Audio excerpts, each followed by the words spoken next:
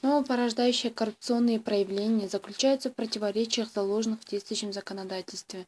Данное мнение было высказано участниками третьего заседания антикоррупционного форума государственных органов и бизнес-сообщества при Министерстве экономики Кыргызской Республики. Антикоррупционный форум состоялся 25 февраля в отеле «Хаят».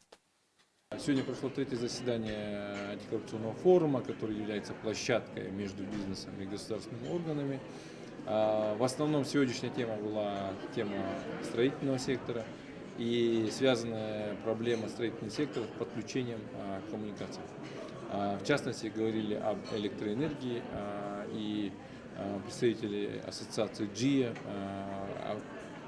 попытались детально показать причинно-следственные моменты, где есть коррупция. Поэтому мы надеемся, что последствием этого и будет разработка конкретных мер, предложений по изменению законодательства Кыргызской Республики. Антикоррупционный форум призван объединить усилия госорганов и бизнес-сообщества, стать единой площадкой противодействия коррупции и развития механизмов социального партнерства государства и бизнеса. Третье заседание антикоррупционного форума было организовано секретариатом НАБА, аналитическим центром «Безэксперт».